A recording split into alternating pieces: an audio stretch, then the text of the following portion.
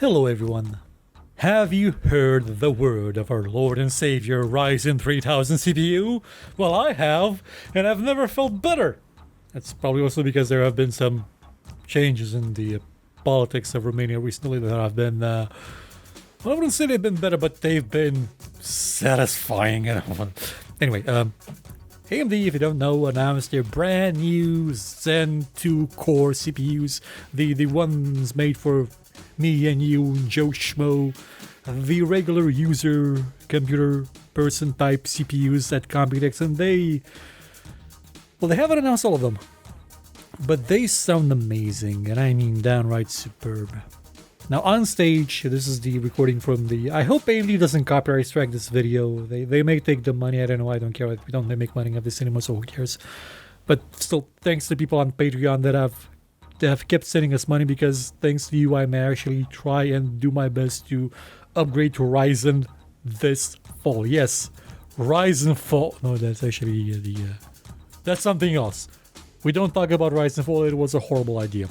So, what is this new generation of CPUs? If you don't know, it is based on the Zen 2 architecture, which is an improved version of the Zen architecture, not to be confused with the Zen Plus architecture, which was a slight improvement of the Zen architecture upon which the 2000 series was based on. So Zen 2 is actually Ryzen 3000, unless we're talking about APUs, in which or laptop systems, in which case that would be still Zen Plus, even though it's Ryzen 3000.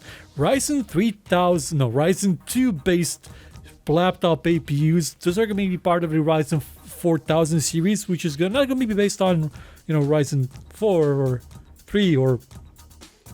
They have... I will say this. AMD does not have as complex a naming scheme as Intel does at the moment, because I would be lying to you if I told you that I knew exactly what their new architectures are called. It used to be simple with Intel. You'd have Sandy Bridge, you'd have Ivy Bridge, Haswell, Broadwell, Skylake, Cannon Lake. After Skylake, things went weird.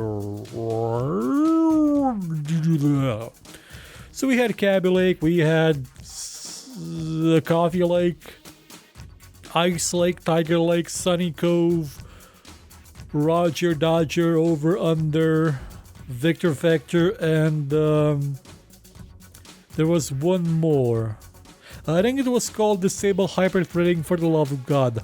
But apart from that, Intel has announced its own 10nm CPUs right now, with an 18% uplift in performance from Skylake, which is, that's not a lot considering how long they've camped out on Skylake and on 14nm. But then again, those are just the laptop CPUs, not the desktop ones, not the big power guzzling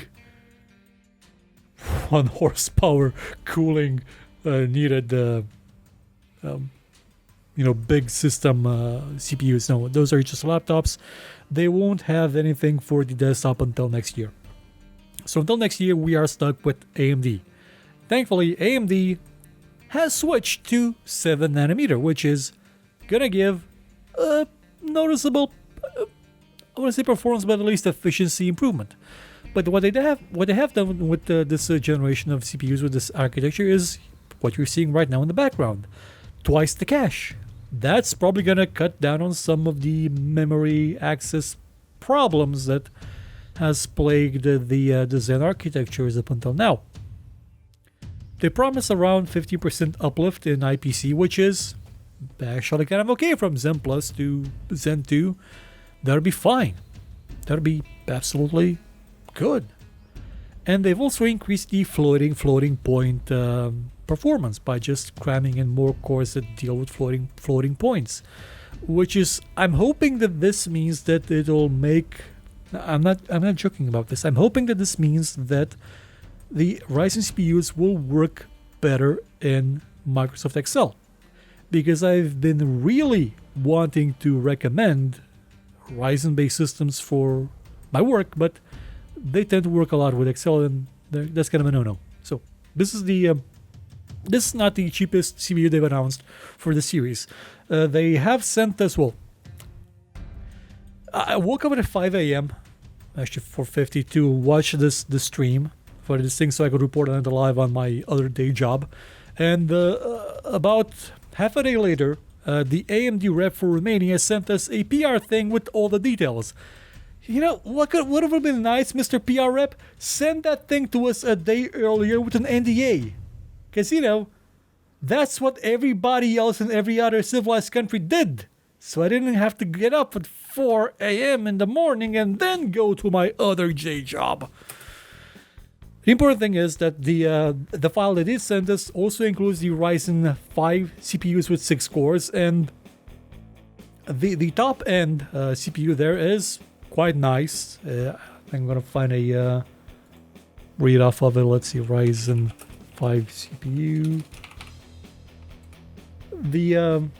The highest performing one in that series is still has a whatchamacallit, a 65 watt TDP, even though it is absolutely a, no wait, this is just one of those stupid leaks that people keep reposting. Why do they keep reposting the leaks? What is wrong with some people? Okay, this is the one. Reading now from Anantic because I forgot where I wrote it in my thing. So the top performing, the Ryzen 3600X, actually I'm just gonna move this thing here so you can take a better look at it. This one has 6 cores, 12 threads. Actually, that's a 95. No, that is a 95 watt. Sorry, I was thinking of this one. But it's 3.8 gigahertz base and 4.4 boost. That for $250. That is gonna be a murderizer for pretty much everybody. And this one, this little guy, at 65 watts, that's gonna be a murderizer as well. It'll do very well in a lot of applications. This is the CPU they're telling right now. It's having better performance than the i7 9700K. That is gonna be a really, really good CPU. But it is limited, strangely, at 65 watts, and I'm not exactly sure how, or actually I do know how. It would mean that not a lot of the cores of the 8 cores actually get to 4.4 or around there for much time, but they do seem to be doing well enough of a job to murderize this 6-core hyper-threaded Intel CPU, which I do believe has a higher TDP. I think it's a 95 watt part. And going up from there, we have basically the full version of this one.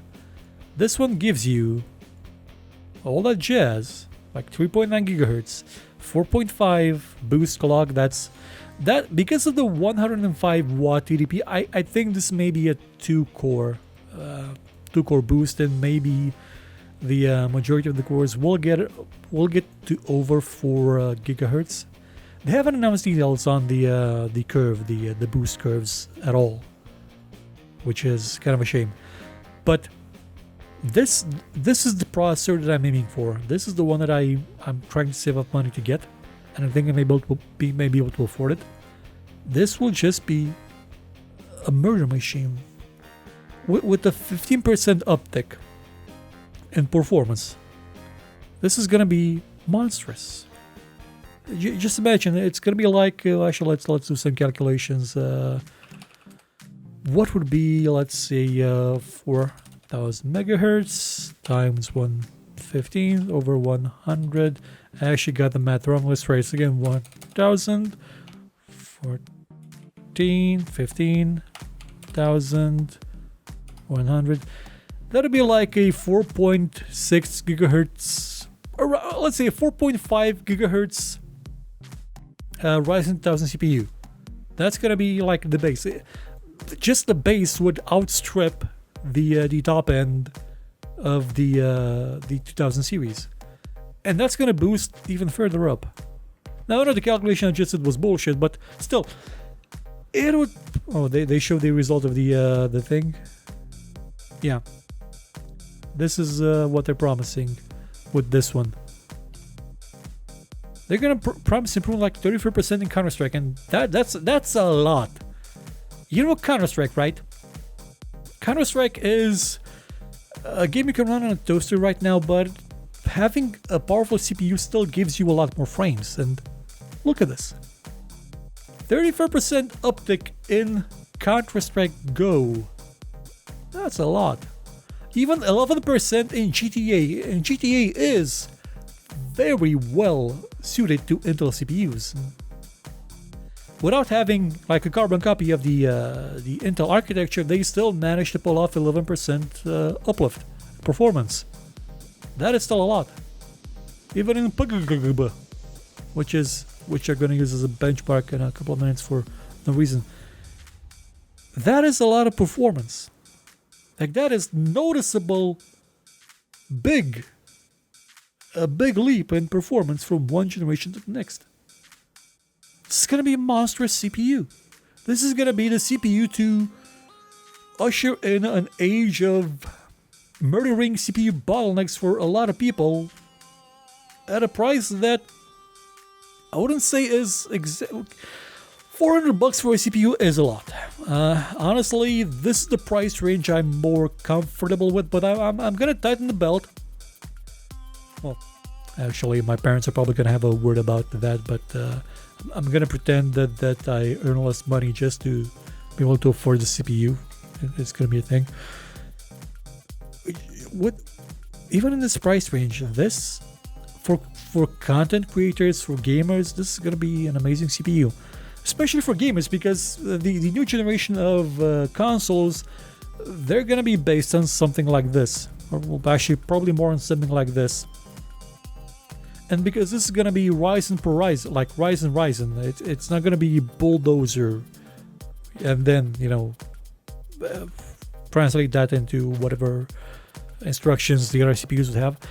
That's gonna mean that there will be a lot of games specifically optimized for that architecture.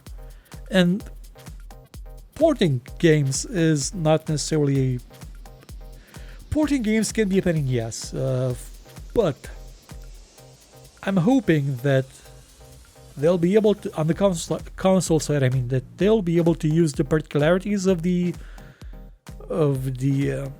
Zen 2 architecture to its fullest, even when they port it to PC, because you're still gonna have the same architecture. Granted, you're gonna have to account for not every system having that architecture, and you're gonna have to account for some systems having 6-core variants of the CPUs, which will not really translate. Okay, so they won't be able to use the processors to their fullest potential on the PC side, unless this thing gets a really big market share, or this thing, in which case, yowza, that'll be something. But not as much of a something as this one. This is 12 cores.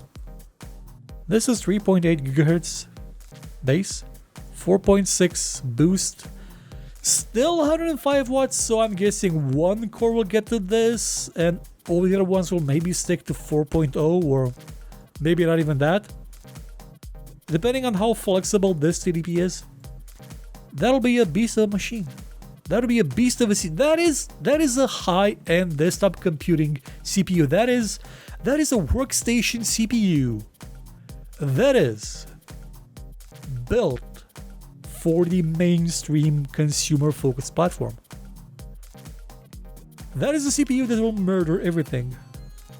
And even will murder everything even more than this thing. It's 4 cores more than this. It's an i7. Remember the old i7s?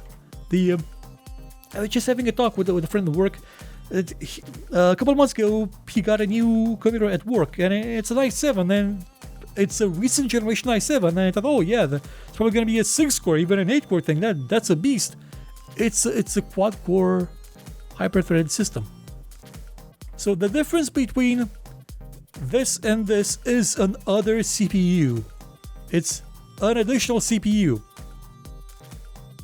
That's kind of crazy. And yeah, the difference is $100. It's at $500. That's not gonna be cheap. but it's gonna have a boatload of cache. And here's the thing: the Threadripper CPUs and even the Ryzen ones, the normal ones, had some issues with accessing memory because not all the cores were connected to a memory controller. You didn't have that much direct communication between each core and the memory, as you would on something like Intel's architecture, which used a giant ring bus that went around to everything and everything was connected. The chiplet architecture that they're using for Zen 2 does away with having memory controllers on individual compute dice. Instead, the memory controllers, the I/O, everything that's a controller is like. Hoping they're gonna zoom in on. It's on this. See, this contains just compute cores. This is, I believe, 8. Yeah, this is 8 cores. This is technically because she's talking about, like Sisu is talking about the 12 core CPU. This is 4 cores, and they're probably gonna have a version with 16 cores in total. But these are just cores. Like these are the processing cores. This is the memory. This is the I/O. This is everything else. So the communication with the memory, that's going to be equal for all these cores. For every thread, they're all going to have the ability to access memory equally. So I'm really hoping that that does away with the problems that people have been encountering on Threadripper with, NUMA mode, with non-NUMA mode, where you have to disable cores to get better performance because Windows freaks out and doesn't understand what the architecture is trying to do with how it's organized. And if that solves the problem, then it's going to be a tough time for Intel on the desktop space. Because it's 12 cores, 24 threads, 3.8 gigahertz base, 4.6 boost. That's with a 15% uplift from the previous generation. That's a mega monkey murder machine. That's a CPU that, unless somebody breaks the 5.5 gigahertz barrier, because Intel already did it with a 5, so Intel still has a crown when it comes to speed. Also price in terms of being really high.